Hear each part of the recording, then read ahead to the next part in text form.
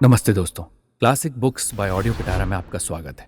बेहतरीन audio book सुनने के लिए हमारा चैनल सब्सक्राइब करें और बेल आइकन दबाना ना भूलें ताकि आपको हर अपडेट मिलता रहे। ऑडियो पिटारा सुनना जरूरी है। कहानी का शीर्षक है गुप्त धन। अमावस्या की आधी रात थी।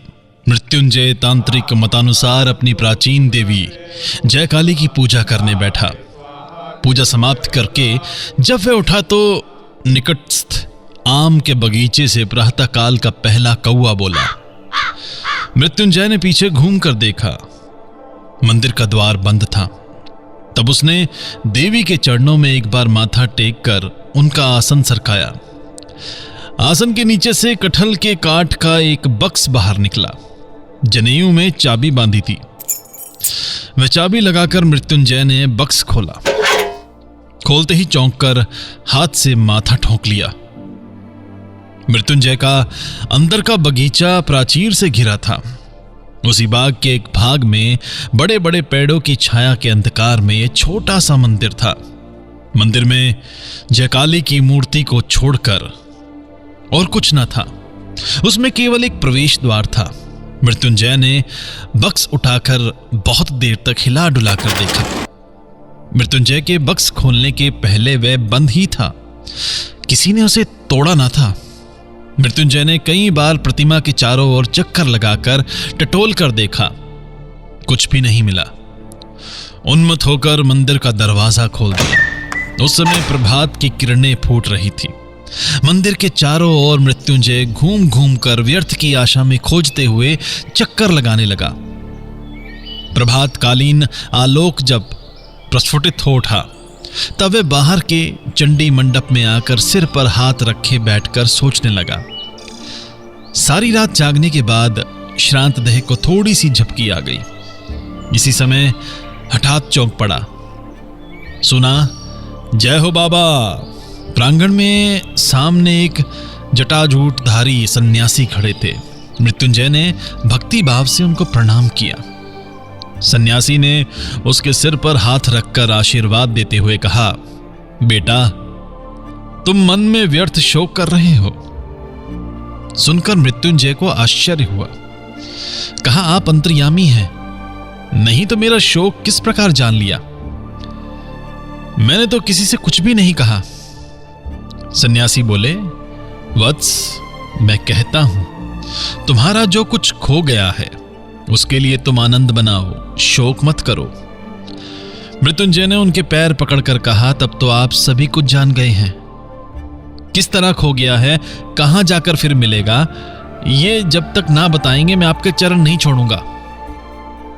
सन्यासी ने कहा, मैं यदि तुम्हारी अमंगल कामना करता तो बताता, किंतु भगवती ने कृपा करके जो हर लिया है उसके लिए शोक न करना। सन्यासी को प्रसन्न करने के लिए मृत्युंजय ने सारे दिन विविध प्रकार से उनकी सेवा की। दूसरे दिन प्रातः अपनी गौशाला से लोटा भर फेन युक्त दूध दोहकर लाने पर देखा सन्यासी नहीं थे। मृत्युंजय जब बच्चा था, जब उसके पितामह हरिहर एक दिन इसी चंडी मंडप में बैठे हुक्का पी रहे थे, तब इसी तरह एक सन्यासी जय हो बाबा कहते हुए इसी आंगन में आ खड़े हुए थे। हरिहर ने उस सन्यासी को कई दिन घर में रखकर विधि पूर्वक सेवा द्वारा संतुष्ट किया था। विदा के समय सन्यासी ने जब यह प्रश्न किया, वत्स, तुम क्या चाहते हो? तो हरिहर ने कहा, बाबा, यदि संतुष्ट हुए हो तो एक बार मेरी हालत सुने। एक समय इस गांव में हम सबसे समृद्ध थे। मेरे प्रपितामह ने दूर के कुलीन को बुलवाकर उससे अपनी एक कन्या का विवाह कर दिया था। उनके वह दोहिज वंशज ही हमको धोखा देकर आजकल इस गांव में बड़े आदमी बन बैठे हैं। इस समय हमारी अवस्था अच्छी नहीं है, इसी कारण उनका अहंकार सहते रहते हैं, किंतु अब और नहीं सहा जाता। कैसे हमारा कुल फिर से बड़ा हो, यही उपाय बता दे, यही आशीर्वाद दे। सन्यासी ने थोड़ा हंसकर कहा, बेटा, छोटे होकर सुख से रहो, बड़े होने के प्रयत्न में मुझे भलाई नहीं दिखती। किंतु हरिहर ने फिर भी नहीं छोड़ा। वंश को बड़ा करने के लिए वह सब कुछ स्वीकार करने के लिए राजी था। तब सन्यासी ने अपनी झोली से कपड़े में लिपटा रुई से बने कागज पर लिखा एक लेख निकाला। कागज लंबा था, जन्मपत्री के समान लिपटा था। सन्यासी ने उसको जमीन पर फैला दिया।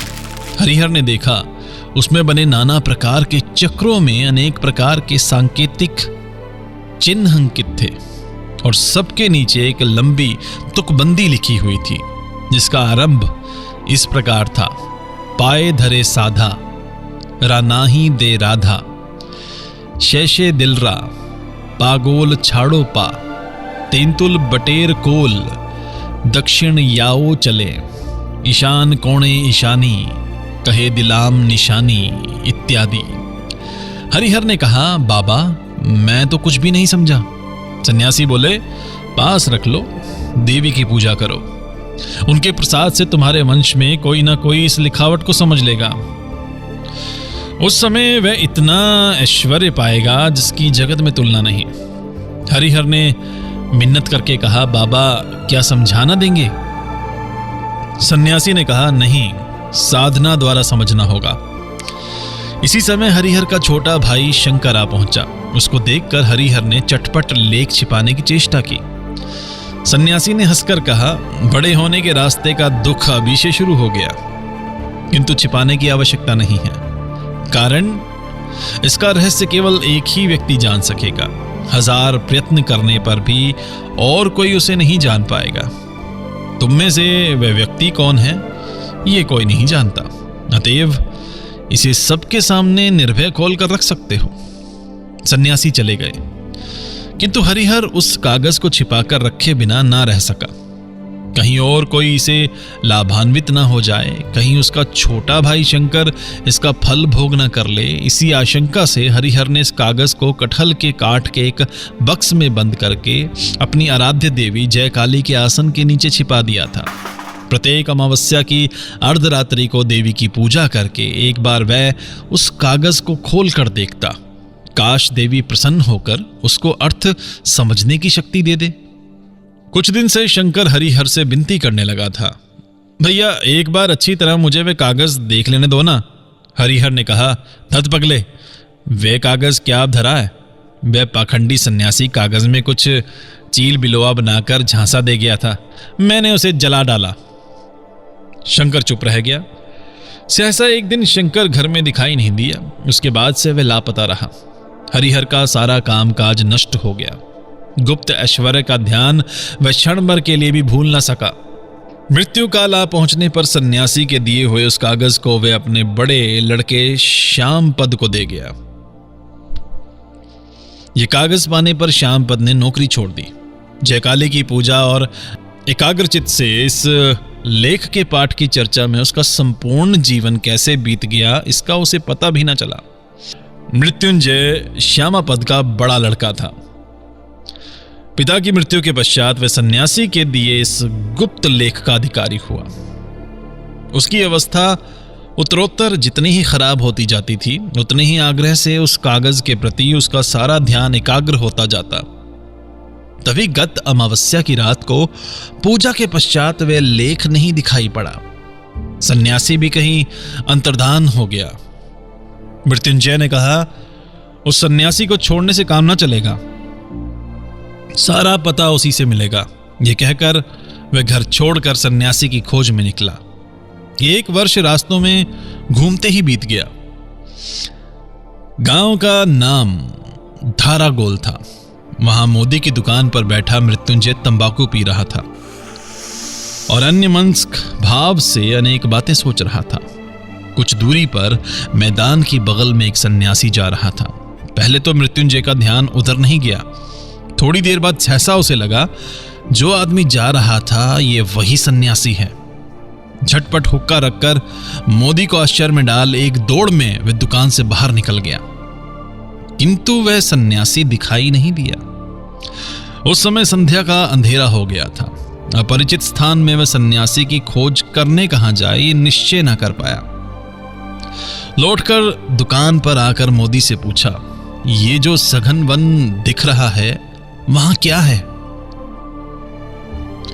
मोदी ने कहा, किसी समय ये वन शहर था, किंतु अगस्त्य मुनि के शाप से वहां के राजा प्रज्ञा सब महामारी में मर गए। कहा जाता है वहां खोजने से आज भी बहुत धन रत्न मिल सकता है,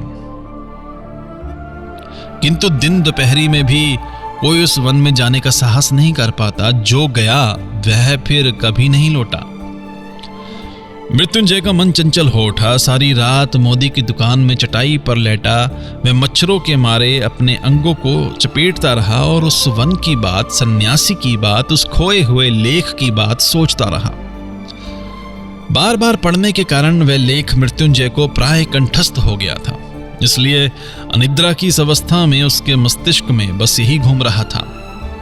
पै धरे साधा रा नाही दे राधा, शेषे दिल रा पागोल छाड़ो पा, सिर भन्ना गया। इन पंक्तियों को वह किसी भी प्रकार अपने मन से ना निकाल सका। अंत में भोर वेला में जब उसे जरा झपकी आई, तब स्वप्न में इन 4 पंक्तियों का अर्थ उसे अत्यंत सहज प्रतीत हुआ।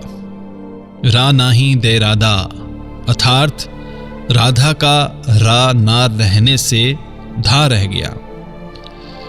शेषे दिल रा, अर्थात धारा हो गया। पागोल छाड़ो पा, पागोल का पा छोड़ देने से गोल बाकी रहा, अर्थात सब मिलकर धारागोल हुआ। इस जगह का नाम तो धारागोल ही है। सपना देखते देखते मृत्युंजय उछल पड़ा। दिन भर वन में घूमकर बड़े कष्ट से रास्ता खोजकर बिना कुछ खाए संध्या समय मृत्यु प्राय अवस्था में मृत्युंजय गांव को लौटा। दूसरे दिन चादर में चिवड़ा बांधकर फिर उसने वन की यात्रा की। अपराह्न में वह एक बावड़ी के पास जा पहुंचा। बावड़ी के पश्चिमी किनारे पर मृत्युंजय अचानक चौंक कर खड़ा हो गया। देखा इमली के एक पेड़ को घेरकर एक विशाल वट वृक्ष खड़ा था। तत्क्षण उसे याद आया, तेंतुल बटेर कोले, वट की गोद में इमली, दक्षिणे याओ चले, दक्षिण दिशा में चले जाओ। कुछ दूर दक्षिण दिशा की ओर जाने पर वह घने जंगल में जा पहुंचा। वहां बैत की झाड़ियों को पार करके चलना उसके लिए एकदम असंभव हो गया। जो हो, मृत्युंजय ने तय किया, इस वृक्ष को खो देने से किसी भी प्रकार काम नहीं चलेगा। इस पेड़ के पास लौटकर आते हुए पास ही वृक्ष के बीच से एक मंदिर का शिखर दिखाई पड़ा। उसी दिशा की ओर लक्ष्य करके चलता हुआ मृत्युंजय एक टूटे मंदिर के पास आ पहुंचा। उसने देखा पास ही एक छोटा सा चूल्हा, जली लकड़ी और राख पड़ी थी। खूब सावधानी से मृत्युंजय ने मंदिर के टूटे दरवाजे में झांका। वहां कोई आदमी नहीं था, प्रतिमा नहीं थी, केवल एक कंबल, एक कमंडल और एक गेरुआ उत्तरीय पड़ा था। उस समय संध्या हो चली थी। गांव बहुत दूर था। अंधेरे में वन में रास्ता ढूंढा जा सकेगा या नहीं, अतः इस मंदिर में मनुष्य के बसने का लक्षण देखकर मृत्युंजय खुश हुआ। मंदिर का एक बहुत बड़ा पत्थर का टुकड़ा टूटकर द्वार के पास पड़ा हुआ था। उस पत्थर पर बैठकर नीचा सिर किए सोचते सोचते मृत्युंजय ने अचानक पत्थर पर जाने क्या खुदा हुआ देखा। झुककर देखा, एक चक्र अंकित था। उसमें कुछ स्पष्ट, कुछ लुप्त प्राय ढंग से सांकेतिक अक्षर खुदे हुए थे। यह मृत्युंजय का सुपरिचित चक्र था। अमावस्या की कितनी रातों में उसने सुगंधित धूप के धुएं और घी के दिए से प्रकाशित पूजा गृह में रुई के कागज पर अंकित हुए चक्र चिन्ह पर झुककर रहस्य जानने के लिए एकाग्रचित से देवी की कृपा की याचना की थी। अभिष्ट सिद्धि के अत्यंत पास आ पहुंचने पर आज उसका सर्वांग जैसे कांपने लगा। कहीं किनारे आकर नौका ना डूब जाए, कहीं किसी एक साधारण सी भूल के कारण उसका सब कुछ नष्ट ना हो जाए, कहीं वे सन्यासी पहले ही आकर सब कुछ ढूंढ कर ना ले जा चुका हो। इसी आशंका से उसके हृदय में उथल पुथल मच गई। उस समय उसका क्या कर्तव्य था वह ये ना सोच सका। उसे लगा वह कदाचित ऐश्वर्य भंडार के बिल्कुल ऊपर बैठा है, फिर भी कुछ जान नहीं पा रहा है। बैठे बैठे वह काली का नाम जपने लगा। संध्या का अंधकार घना हो आया। झिल्ली की झनकार से वनभूमि मुखरित हो उठी। तभी कुछ दूर घने जंगल में आग की चमक दिखाई पड़ी। मृत्युंजय अपना पत्थर का आसन छोड़कर उठा और उस अग्नि शिखा को लक्ष्य करके चलने लगा। अत्यंत कठिनाई से कुछ दूर जाकर पीपल के तने की ओर से स्पष्ट देखा उसका वही परिचित सन्यासी अग्नि के प्रकाश में वह रुई कागज का लेख फैलाकर एक सींक से राख के ऊपर एकाग्र मन से हिसाब लगा रहा था। मृत्युंजय के घर के उस पैतृक लेख की लिखावट, अरे पाखंडी चोर, इसी कारण इसने मृत्युंजय से शोक न करने को कहा था। सन्यासी बार बार हिसाब लगाता और एक छड़ी लेकर जमीन नापता। थोड़ी दूर नापकर हताश होकर गर्दन हिलाकर फिर आकर हिसाब लगाने में जुट जाता। इस तरह करते हुए जब रात समाप्त होने को आई, जब रात के अंत की शीतल वायु से वनस्पतियों की चोटियों के पत्ते मरमरित हो उठे, तब सन्यासी वह लेख पत्र लपेट कर चला गया। मृत्युंजय ये ना समझ सका कि क्या करे। वह ये भली भांति समझ गया कि सन्यासी की सहायता के बिना इस लिखावट का रहस्य भेद करना उसके लिए संभव न था, और यह भी निश्चित था कि लुब्ध सन्यासी मृत्युंजय की सहायता नहीं करेगा। अतः छिपकर सन्यासी के ऊपर निगाह रखने के अतिरिक्त और कोई उपाय न था। किंतु दिन में गांव में बिना गए उसे भोजन नहीं मिलेगा, अतएव कम से कम कल सवेरे एक बार गांव जाना आवश्यक था। भोर की तरफ अंधकार के तनिक फीका पड़ते ही वह पेड़ से नीचे उतर आया जहां सन्यासी राख पर सवाल लगा रहा था। वहां अच्छी तरह देखा, कुछ समझ ना सका। चारों ओर घूमकर देखा, जंगल में कोई खास बात न थी। वन प्रांत का अंधकार धीरे धीरे जब क्षीण हो आया, तब बड़ी सावधानी से चारों ओर देखता हुआ मृत्युंजय गांव की ओर चला। उसे डर था कि कहीं सन्यासी उसे देख न ले। जिस दुकान में मृत्युंजय ने आश्रय ग्रहण किया था, उसके पास एक कायस्था ग्रहणी व्रत के उपलक्ष्य में उस दिन ब्राह्मण भोज कराने की तैयारी कर रही थी। वहीं अब मृत्युंजय को भोजन मिल गया। कई दिन के भोजन के कष्ट के पश्चात आज उसका भोजन भारी हो गया। इस भारी भोजन के बाद उसने जैसे ही हुक्का पीकर दुकान की चटाई पर जरा लेटने की इच्छा की, वैसे ही गत रात्रि को ना सो सकने के कारण मृत्युंजय ने सोचा था कि जल्दी ही भोजनादि करके काफी दिन रहते बाहर निकलेगा। हुआ ठीक इसका उल्टा। जब उसकी नींद टूटी, तब सूर्य अस्त हो गया था।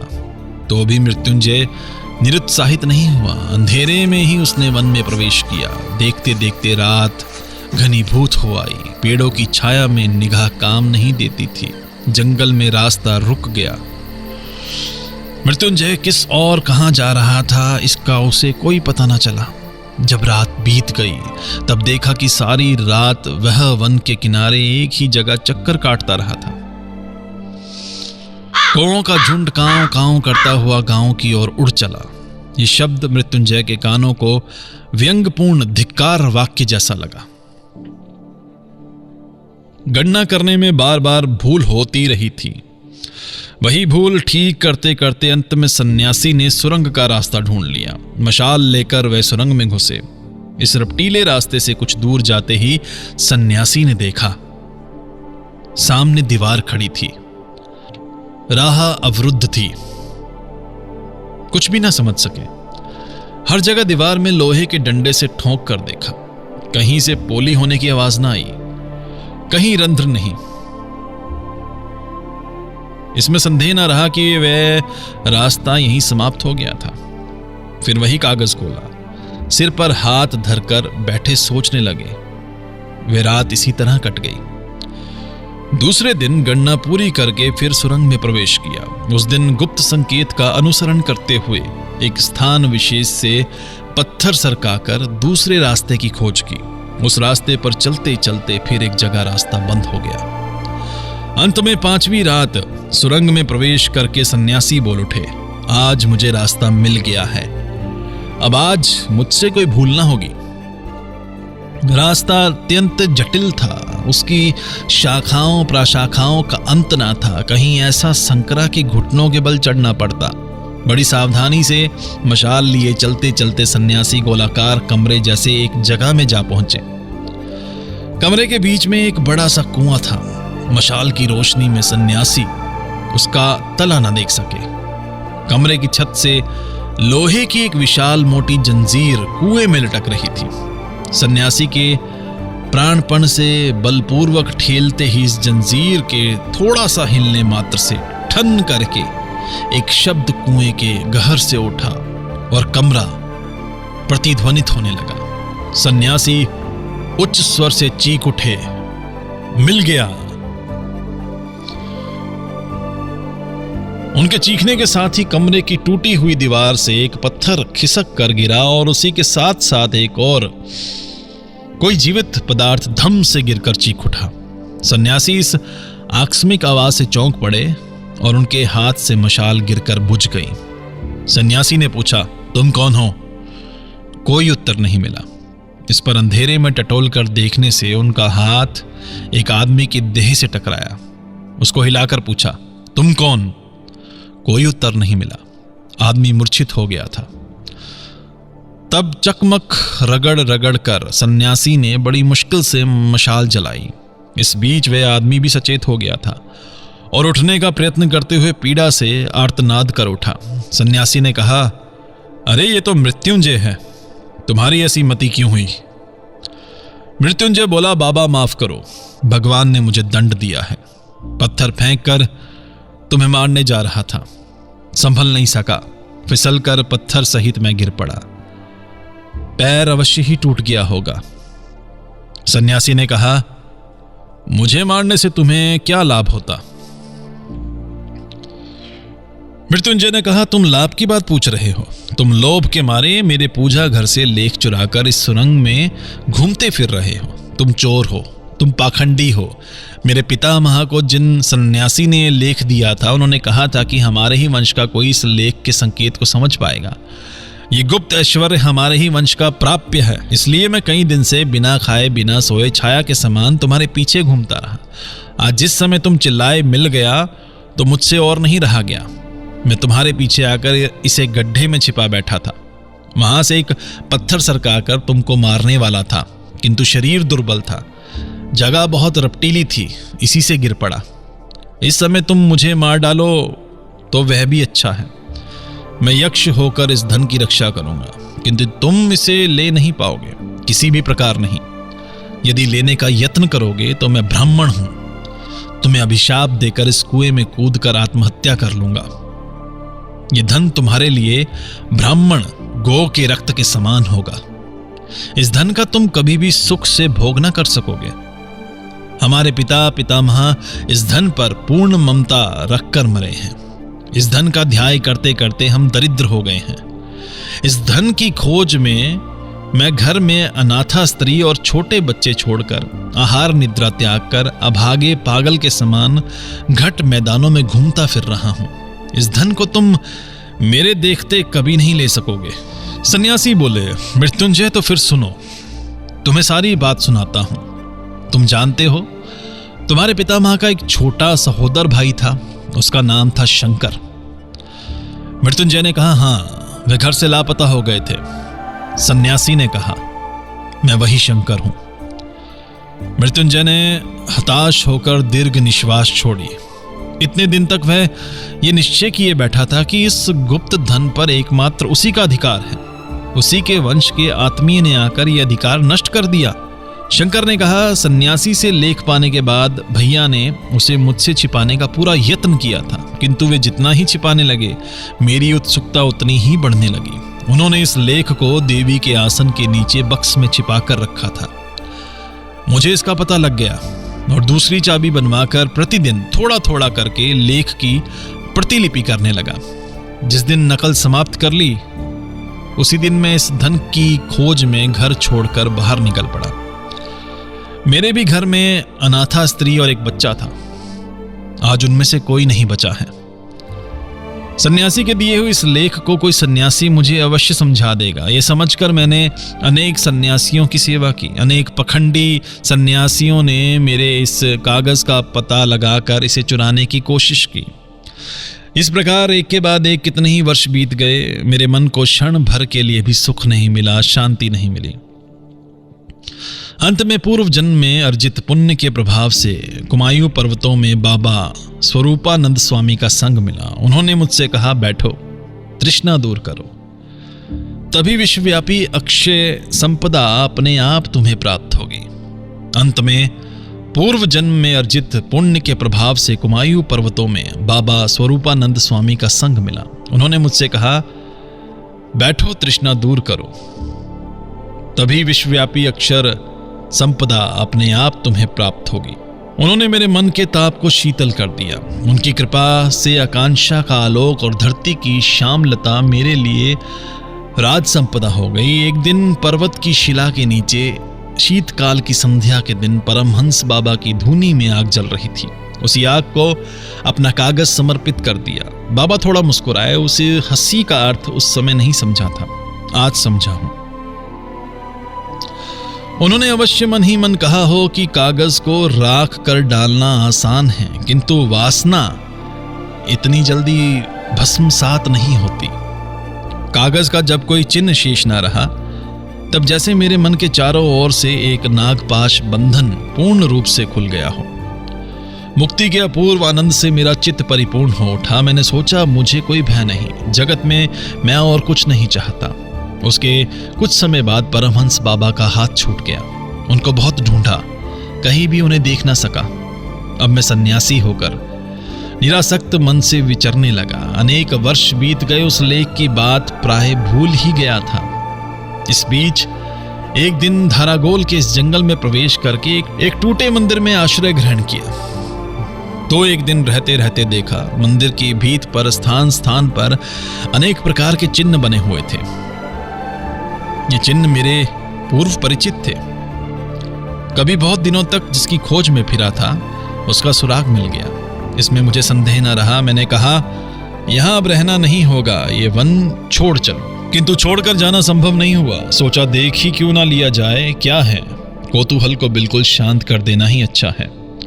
चिन्हों को लेकर काफी विचार किया, कोई फल ना निकला। बार बार लगने लगा कि वह कागज क्यों जला डाला, उसको रखे रहने में ही क्या क्षति थी। तो मैं फिर अपने जन्म स्थान गया। अपने पैतृक घर की अत्यंत दुर्व्यवस्था देख सोचा, सन्यासी हूं, मुझे धन रत्नों से क्या प्रयोजन, किंतु ये गरीब लोग तो गृहस्थ हैं। उस गुप्त संपत्ति का इनके लिए उद्धार करने में कोई दोष नहीं है। मुझे पता था कि वह लेख कहाँ है। उसे प्राप्त करना मेरे लिए तनिक भी कठिन नहीं हुआ। उसके बाद 1 वर्ष से कागज लिए मैंने इस निर्जन वन में गणना की है और खोज की है। मन में और कोई चिंता न थी। बार बार जितनी बाधाएं आती थी, उत्तरोत्तर उतना ही आग्रह बढ़ता जाता था। उन्मत्त की भांति रात दिन इसी एक अध्यवसाय में रत रहा। इस बीच कब तुमने मेरा पीछा किया मैं न जान सका। मैं अपनी सहज अवस्था में रहता तो तुम कभी अपने को मुझसे छिपा कर न रख पाते, किंतु मैं तन में था। बाहर की घटनाएं मेरी दृष्टि आकर्षित नहीं करती थी। उसके बाद जो खोज रहा था वह आज अभी मिला है। यहाँ जितना है पृथ्वी पर किसी राजेश्वर के भंडार में भी उतना धन नहीं है। बस केवल एक संकेत का रहस्य समझते ही वह धन मिल जाएगा। ये संकेत ही सबसे कठिन है, किंतु वह संकेत भी मैंने मन ही मन जान लिया है। इसलिए मिल गया कहकर मन के उल्लास में चीख उठा। यदि चाहूं तो क्षण भर में उस सोने और माणिकों के भंडार के बीच खड़ा हो सकता हूं। मृत्युंजय ने शंकर के पैर पकड़कर कहा, तुम सन्यासी हो, तुम्हें धन की कोई जरूरत नहीं है, मुझे उस भंडार में ले चलो, मुझे वंचित मत करो। शंकर ने कहा, आज मेरा अंतिम बंधन खुल गया है। तुम जो पत्थर फेंककर मुझे मारने के लिए तैयार हुए थे, उसकी चोट तो मेरे शरीर में नहीं लगी, किंतु उसने मेरे मोहावरण को भेद डाला है। आज मैंने तृष्णा की कराल मूर्ति देख ली। मेरे गुरु परमहंस देव की गूढ़ प्रशांत हंसी ने इतने दिनों के बाद मेरे हृदय में कल्याण दीप की सदा जलने वाली आलोक शिखा जला दी है। मृत्युंजय ने शंकर के पैर पकड़कर फिर कातर स्वर में कहा, तुम मुक्त पुरुष हो, मैं मुक्त नहीं।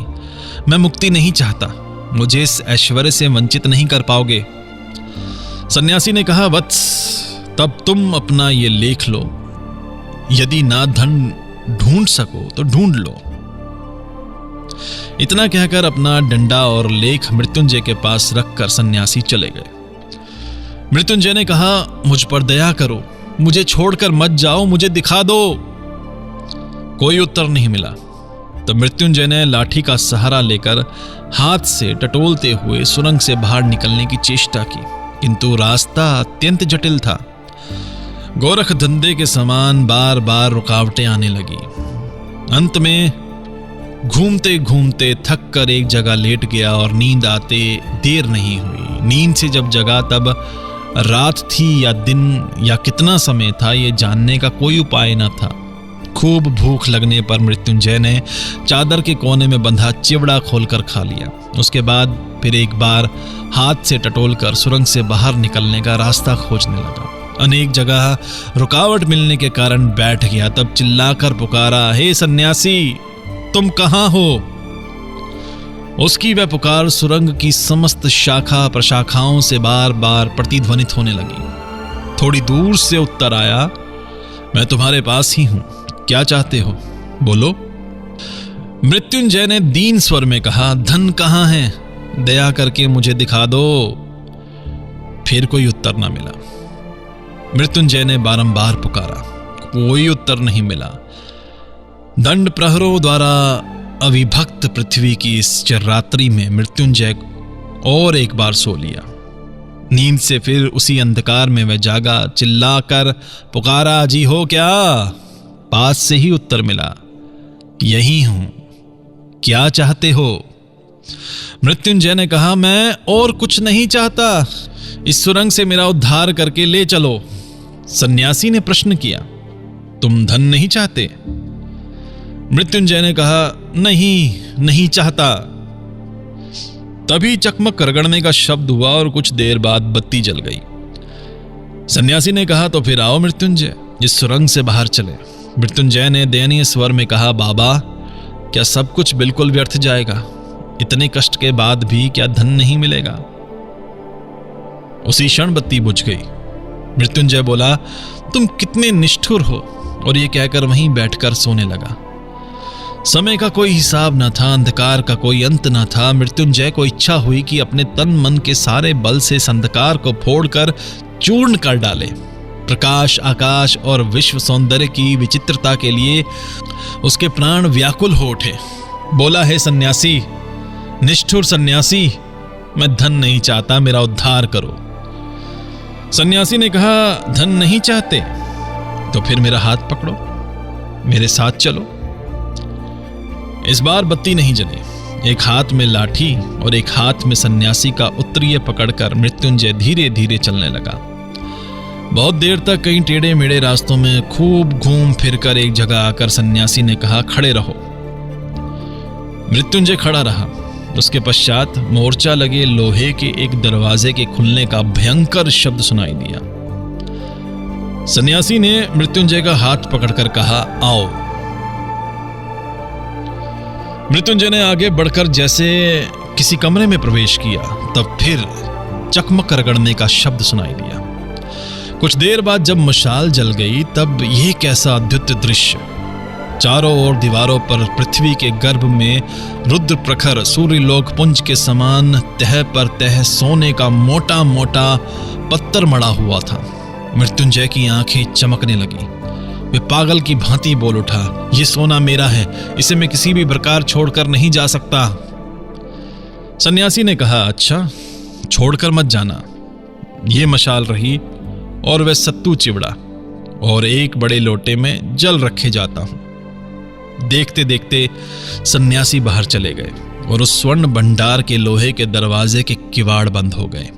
मृत्युंजय बार बार इस स्वर्ण पुंज का स्पर्श करता हुआ सारे कमरे में चक्कर लगाने लगा। सोने के छोटे छोटे टुकड़े तोड़कर जमीन के ऊपर फेंकने लगा, गोद में बटोरने लगा, एक से दूसरे को टकराकर शब्द करने लगा और सारे शरीर पर फेर कर उसका स्पर्श लेने लगा। अंत में थक कर सोने का पत्थर बिछाकर उसके ऊपर लेटकर सो गया। जगकर देखा, चारों ओर सोना झिलमिला रहा था। सोने के अलावा और कुछ न था। मृत्युंजय सोचने लगा, धरती पर शायद अब तक प्रभात हो गया होगा। समस्त जीव जंतु आनंद से जाग उठे होंगे। उसके घर में तालाब के किनारे के बाग से प्रातःकाल जो स्निग्ध सुगंध आती थी, वही मानो उनकी कल्पना में उसकी नाक में प्रवेश करने लगी। उसे मानो स्पष्ट दिखाई दिया कि छोटी छोटी बत्तखें झूमती झूमती कलरव करती हुई प्रातःकाल आकर तालाब में तैर रही हूं, और घर की नौकरानी बामा कमर में आंचल लपेटे ऊपर उठे दाहिने हाथ में पीतल कांसे की थाली कटोरियों का ढेर लिए घाट पर जमा कर रही है। दरवाजा पीटकर मृत्युंजय पुकारने लगा, ओ सन्यासी महाराज, हो क्या? द्वार खुल गया। सन्यासी ने कहा, क्या चाहते हो? मृत्युंजय बोला, मैं बाहर जाना चाहता हूं, किंतु क्या सोने के 2-1 पत्थर भी साथ नहीं ले जा सकूंगा? उसका कोई उत्तर दिए बिना सन्यासी ने फिर मशाल जलाई, एक भरा हुआ कमंडल रख दिया और उत्तरीय से कई मुट्ठी चिवड़ा जमीन पर रखकर बाहर चले गए। द्वार बंद हो गया। मृत्युंजय ने सोने का एक पतला पत्थर लेकर उसे मोड़कर टुकड़े टुकड़े करके तोड़ डाला। उस टूटे हुए सोने को लेकर कमरे के चारों ओर मिट्टी के ढेले के समान बिखेरने लगा। कभी दांतों से काटकर सोने के पत्थर में दाग करता, कभी सोने के किसी पत्थर को जमीन पर फेंककर उसके ऊपर बार बार पदाघात करता। मन ही मन कह उठता, पृथ्वी पर ऐसे सम्राट कितने हैं जो सोने को इस प्रकार इधर उधर बिखेर सकते हैं। मृत्युंजय पर मानो एक प्रलय की सनक सवार हो गई। उसकी इच्छा होने लगी कि वह उस स्वर्ण राशि को चूर्ण करके धूल के समान फांक फांक कर उड़ा दे और इस प्रकार से पृथ्वी के सारे स्वर्ण लुब्ध राजा महाराजाओं का तिरस्कार करें। इस तरह जितनी देर हो सका मृत्युंजय ने सोने को लेकर खींचतान की और फिर थक कर सो गया। नींद खुलने पर वह अपने चारों ओर फिर वही स्पर्श राशि देखने लगा। तब दरवाजे को पीटकर वह चिल्लाकर बोला, ओ सन्यासी, मैं ये सोना नहीं चाहता, सोना नहीं चाहता। किंतु द्वार नहीं खुला। चिल्लाते चिल्लाते मृत्युंजय का नशा बैठ गया, किंतु द्वार नहीं खुला। सोने के एक एक पिंड को लेकर वह फेंक कर दरवाजे पर मारने लगा, किंतु कोई परिणाम न निकला। मृत्युंजय का हृदय बैठने लगा। तब क्या सन्यासी नहीं आएंगे? इस स्वर्ण कारागार में तिल तिल पल पल करके सूख कर मर जाना होगा। तब सोना देखकर उसे डर लगने लगा। विभीषिका के मौन कठोर हास्य के समान सोने का वह स्तूप चारों ओर स्थिर होकर खड़ा था। उसमें स्पंदन नहीं था, परिवर्तन नहीं। मृत्युंजय का हृदय अब कांपने लगा, व्याकुल होने लगा।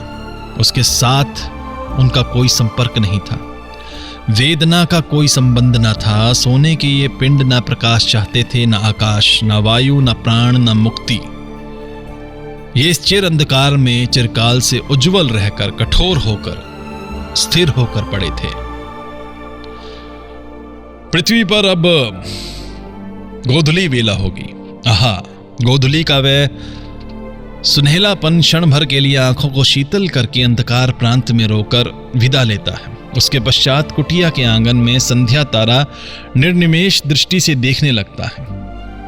गौशाला में दीपक जलाकर बहू घर के कोने में संध्या दीप रखती है। मंदिर की आरती का घंटा बजने लगता है। गांव की, घर की अत्यंत शुद्र और तुच्छ बातें आज मृत्युंजय की कल्पना दृष्टि के आगे उज्जवल हो गई। उनका वह भोला कुत्ता पूंछ सिर एक करके आंगन के कोने में संध्या के बाद सोता रहता। वह कल्पना भी जैसे उसको व्यथित करने लगी। धारागोल गांव में कई दिन जिस मोदी की दुकान में उसने आश्रय लिया था, वह इस समय रात में दीपक बुझाकर दुकान बंद करके धीरे धीरे गांव में घर की ओर भोजन करने जा रहा होगा। ये बात स्मरण करके उसको लगने लगा, मोदी कितना सुखी है। आज कौन दिन है क्या पता। यदि रविवार होगा तो अब तक हाट से आदमी अपने अपने घर लौट रहे होंगे, बिछड़े हुए साथी को ऊंचे स्वर में बुला रहे होंगे, दल बनाकर पार जाने वाली नावों द्वारा पार हो रहे होंगे। मैदान के रास्ते अनाज के खेतों की मेड़ पार करके गांव के सूखे बांसों के पत्तों से ढके आंगन की बगल से होकर किसान लोग हाथ में 2-1 मछली लटकाए, सिर पर टोकरी लिए, अंधेरे में तारों भरे आकाश के क्षीण प्रकाश में एक गांव से दूसरे गांव चले जा रहे होंगे। पृथ्वी के ऊपरी तल की इस विचित्र वृहत चिरचंचल जीवन यात्रा में तुच्छतम दीनतम होकर अपना जीवन मिला देने के लिए मिट्टी के सैकड़ों स्तर भेजता हुआ जगत का आहान उसके पास पहुंचने लगा।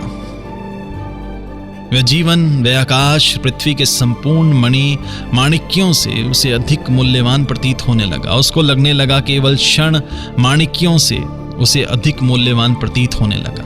उसको लगने लगा केवल क्षण भर के लिए एक बार यदि अपनी उस श्यामा जनी धरित्री की धूली भरी गोद में उस उन्मुक्त अलौकित नील गगन के नीचे घास पात की गंध से बसी उस वायु से हृदय भरकर एक बार अंतिम निश्वास लेकर मर सकता तो जीवन सार्थक हो जाता। इसी समय द्वार खुल गया। कमरे में प्रवेश करके सन्यासी ने कहा, मृत्युंजय, क्या चाहते हो?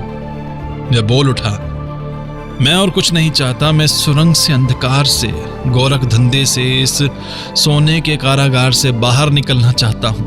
मैं प्रकाश चाहता हूं, आकाश चाहता हूं, मुक्ति चाहता हूं। सन्यासी ने कहा, इस सोने के भंडार से भी अधिक मूल्यवान रत्न भंडार कहां है? एक बार वहां नहीं चलोगे? मृत्युंजय ने कहा, नहीं जाऊंगा। सन्यासी ने कहा, एक बार देखाने की भी उत्सुकता नहीं है। मृत्युंजय ने कहा, नहीं, मैं देखना भी नहीं चाहता। मुझे यदि कौपिन पहनकर भिक्षा मांगते घूमना पड़े तो भी मैं यहां क्षण भर भी नहीं काटना चाहता। सन्यासी ने कहा, अच्छा, तो फिर आओ। मृत्युंजय का हाथ पकड़कर सन्यासी उसे उस गहरे कुएं के पास ले गए। उसके हाथ में वह लेख पत्र देकर कहा, इसे लेकर तुम क्या करोगे? मृत्युंजय ने उस पत्र को फाड़कर टुकड़े टुकड़े करके कुएं में फेंक दिया। ऐसी ही इंटरेस्टिंग किताबें कुछ बेहतरीन आवाजों में सुनिए सिर्फ ऑडियो पिटारा पर। ऑडियो पिटारा सुनना जरूरी है। दोस्तों, आपको ये कहानी कैसी लगी हमें जरूर बताइएगा। लाइक और कमेंट कीजिए और अपने दोस्तों के साथ ये कहानी जरूर शेयर कीजिए। Thank you so much. Audio पिटारा सुनना जरूरी है।